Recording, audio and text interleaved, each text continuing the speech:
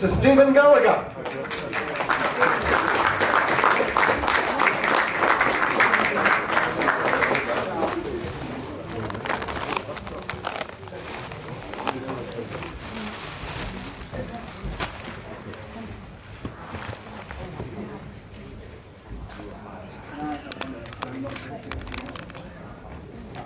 Thank you very much. I don't do that, nobody can hear me.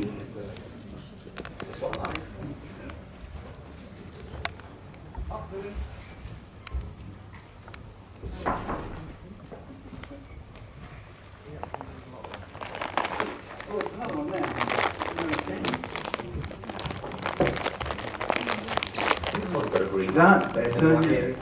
Hello everybody, can you hear us? Yeah. I'll take that as a yes, because you all said yes. One of those days, you said.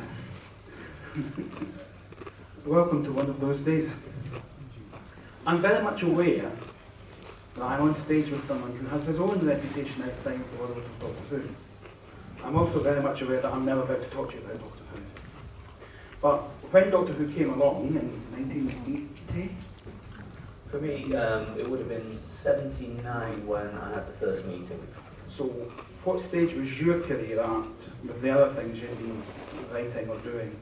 Kind of nascent. I was about, I'd be about 24, 25, and I had 2 or 3 years working in radio drama, which is where I got my break, really. I was working as an assistant transmission controller for Granada Television in the presentation department there. I joined Granada in the hope of getting into TV drama, and had been told presentation is a great way to get in, and we happen to have a vacancy today. Would you like to sort of put yourself up for it? Became an ATC and found quite quickly that it was not going to be a route into drama at all. But all of the output of the drama department at some point was going to pass through my hands. So imagine how frustrating that was. Because in the presentation department, you sit in a control room and you have a desk in front of you and like 13, 20 monitors or whatever it is, and all of the station's output comes in through those monitors and out through your mixing desk. So the signal that people would see at home was actually the product of my work there and then on the desk. So we also had feeds from the studios as dramas were being made. So you could see every part of the process and you handled every part of the process and you couldn't do a single thing to have any input to it. So it was a job that required some creativity, but you weren't allowed to exercise it. So as a kind of outlet, some friends and I got together, people who were in a similar kind of position, guys who were, there were 4 male announcers at Granada at the time, all of whom were equity-trained actors, all card-carrying professionals, whose the most they were ever sort of tasked with doing was saying, oh, now, it's time for Granada reports, or I would apologise for this breakdown in our programmes. In the meantime, here's some music. So these guys were as frustrated as I was. And up the road, in the local radio station, Piccadilly Radio, was a producer called Tony Hawkins, who produced commercials. And he had yearnings to do more than commercials. And there was the breakfast DJ there, Pete Baker, who had yearnings to do more than just DJing. He wanted to make his own music, and of course he was a technical whiz because he was the operator of the desk and the runner of his own programs. And somehow, socially, we all got together and said, well, why don't we do something? And we did a science fiction serial in 6 episodes. I wrote it, Tony produced it, Pete engineered it, and we gathered together all these continuity announcers and commercial voiceovers to perform. And it was my first professional sale. I got £100 for it in 6 episodes, 6.5 hours. And I learned probably more in the process of writing those 6 episodes than I've ever learned in such a concentrated block ever since. And it set me up. And I then started to do, I wrote a play on spec and sent it to the BBC. BBC Radio 4 had a slot on Saturday nights called Saturday Night Theatre, which was 90-minute plays. They were very strong on thrillers and crime dramas, which was the area that I kind of tended towards. They weren't that interested in science fiction at the time. But I did 2 or 3 of those, and then pitched them a science fiction idea called An Alternative to Suicide. And by great chance at the time, they were running a slot called Hi-Fi Theatre, where it was stereo, was what it came down to. It was stereo on Radio 4 in the late 70s, which is when this was a fairly kind of new field to explore. And so they were looking for something that would exploit the equipment that they had, and science fiction was a good opportunity to do that. So I got to do this science fiction play, An Alternative to Suicide, with Michael Jaston in the lead, and he was terrific. Unbeknownst to me, Martin Jenkins, the producer of that play, sent the script over to the Doctor Who office because he thought it was a good fit, and radio drama was a really, really good field to be working in at the time, because they would take new people on, they would give new people a chance. Nobody put you down, you were always encouraged, and they were really, really happy to see you succeed outside of their own field. So, with that encouragement, I went along and had a meeting with Christopher Bidney, who was then the script editor of Who. His first year, and was it his only year? Did he just do the 1 season? Yeah, and he said he decided that he had to do so much work. Yeah. And that he asked for pay rise for the second Yes, season. yes. They said no, so he said no. Yeah, yeah. And maybe it wasn't a great move, I don't know. But anyway, as a result of the conversation that we had, he said, you know, can you do as a pitch? And I did a 1-page pitch of an idea that I'd fairly thoroughly worked out in my own head, but I was able to get it down into those 4 paragraphs. And those 4 paragraphs were the essence of Warriors Gate. And I discovered them in a file a couple of years back, and took a photocopy of them, and I think I stuck it on Twitter. If anybody actually doubts whether I wrote Warriors Gate, because you know there have been attempts to suggest that I didn't. If anybody has any doubts, then you know here's the documentation. So obviously Bidney saw your radio script, and when it was just a case of, like, you gave him this, then he said, right, give me an episode 1 script, or off you go, or what did you get commissioned for? The next stage after them buying the pitch is they commission a treatment. And a treatment it's a longer document, but it's not a full script. But I always say, well, you know, the thing about a treatment is you have to know what's going to be in the script before you can write the treatment. So, so I always feel it's a little bit unfair that you get paid so little for treatments when you've actually done the work that is actually going to be, you know, the final thing. So I wrote the treatment, and it was on the basis of the treatment that a phrase that I've learned since, when I got launched to script, and I wrote a vastly overlong first draft and a vastly overwritten first draft, and then redrafted it several times to notes, and then Paul Joyce came in and his notes were added to Chris Bidney. Yes, Paul Joyce, director, came in and his notes were added to Chris Bidney's, and in the end, what they actually took to the studio floor was a very cut down version of what I've been doing, because bear in mind I've been writing for radio. And a radio script is all words, no images. All the images are in the words. And I kind of brought that technique into TV and had to strip out a lot of my radio technique for television scripting. And they went ahead and stripped out a bit more and put a few things in. And in the end, I looked at Warriors Gate and thought, oh, bit of a mess compared to what I'd seen in my head. For a little while, I was really, really pleased and proud, and then the pleasure and the pride kind of faded a little bit when I looked at it and I thought, you know, what it was, what it could have been, what I'd intended. Over the years, I've mellowed about that, because you know, in your memory, everything blurs together, and finally, you know, the only thing that really matters is what landed on the screen. Which is something that I'm very pleased exists. It's something I absolutely adore Warriors Gate. So all the things that went together to make it, I love it. So I had a good excuse to watch it again. It's like a good excuse to get done. Now, Warriors Gate obviously was a Doctor Who story, but it was also part 3 of a trilogy. There was a new companion introduced a couple of stories earlier who wouldn't have been on the screen by the time you were writing the script. You had to write out Romana and K9.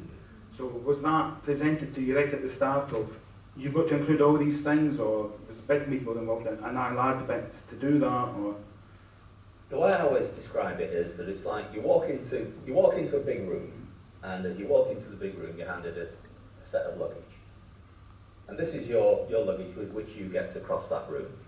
When you leave the room by a door on the other side, you have to hand different luggage back, and you're told what that luggage has to be. And somewhere in the middle, you have to exchange what you're given as you're coming in for what you have to hand back as you're going out. And you weave that into the story. So I was told, yes, you've got to write out this and K9, you want to lose them this, have you any ideas as to how we can lose them? So it wasn't set, you know, I could have killed them, I could have had them storm off in a huff, but I looked for ways in the story that in the case of Warriors Gate, it was Romana, and in the case of Terminus, it was Nissa. Ways that they could, you know, make a positive exit from the Who universe without necessarily losing them altogether, because, you know, in Doctor Who, nothing is forever. I think I know what the answer to this question is going to be, but I want to ask, obviously, if it's part of a trilogy, there were 2 other writers involved. Will you put in touch with them to compare what you were doing for your stories? Not at all, and that's a big bugbear of mine about British television drama, and I think it's ameliorated in recent years, but certainly at the time when I was starting out, writers were like hamsters. You know, you never met another hamster. Hamsters are always kept in individual cages, and they're never put together because it's assumed that they'll fight or they'll mate. And so they wouldn't put writers together for that very reason. And I think the first time I ever met another writer on a show was a very briefly lasting show called Rockcliffe's Folly. There was a show called Rockcliffe's Babies with Ian Hogg as the senior copper in charge of a group of new recruits in an inner city area. And they decided when that show finished that they would take him out to the country and make him a rural copper, kind of, you know, the Bergerac of Dorset, something like that. And there were 6 writers, as I recall, and producer Ron Craddock had us all down in Dorset to meet with the Dorset police force and to go around and look at locations and to soak up the local atmosphere. That's the one and only time I've ever been together with other writers on a show. And of course we socialised, and of course we conspired a little bit. We dined together and we drank together because we were all in the same rather crummy economy BBC hotel down on the seafront down there. And it was absolutely terrific, and I never had that experience again until I went to Hollywood and was part of a writer's room on a Jerry Bruckheimer show, where the community of writers got together and made the show. And there is a big difference between a community of writers making a show and an individual writer writing an episode for a show. When you're the individual writer writing an episode for a show, you're very defensive of your material. You're very protective of your guest characters, sometimes at the expense of the main characters, because you didn't create them. And so there's a lot of tension and a lot of turmoil that goes on in getting the thing just right, suitable for broadcast. In a writer's room situation, everybody is invested in the show. Everybody is invested in helping other people's material get better. And they're all invested in helping you get your material better. And somehow, ego gets suppressed in that area. You know, and writers have egos because that's one of your principal working tools, is your ego. And it's really, really kind of charming to see so many egos interlocking and becoming a community like that. And I think the more that takes off in British TV, the better our shows will be. And I think Doctor Who has been possibly the spearhead for a writer's room situation in British TV. Although I have to say, and I haven't worked on New Who at all, that where they've taken the showrunner principle very much on board, in the form of, I mean, it was Russell T Davies first, and then Stephen Moffat, and now Chris. They've taken that very much on board in putting so much creative control in the hands of the showrunner. I don't think they're quite as advanced with the writers' room. I think the writers still kind of are somewhat the handmaidens of the showrunner, if if I can say it that way. I think there is I mean, with us we certainly used to say that you had to be at, say, Stephen Moffat level, or I think Toby Whithouse, Stephen Green, who'd had their own show before he wouldn't just say, right, this is great, this is as good as it's going to get, and now I'm doing my rewrite over it. It had to be, with Moffat, Russell would say, oh, and I need this added. But he would go back to them and you have to do it. Yeah. But people who weren't over, we've had our own TV show, would just be this would say, and now I do my polish, which could be, I'm adding that line and that line, or it could be, I'm working my way from top to bottom and it's mine now with your name on it. I mean, in the showrunner system, it's called the showrunner pass, and it's expected, you know, the networks expect a showrunner pass to take place because, in the end, the show has to have a single voice.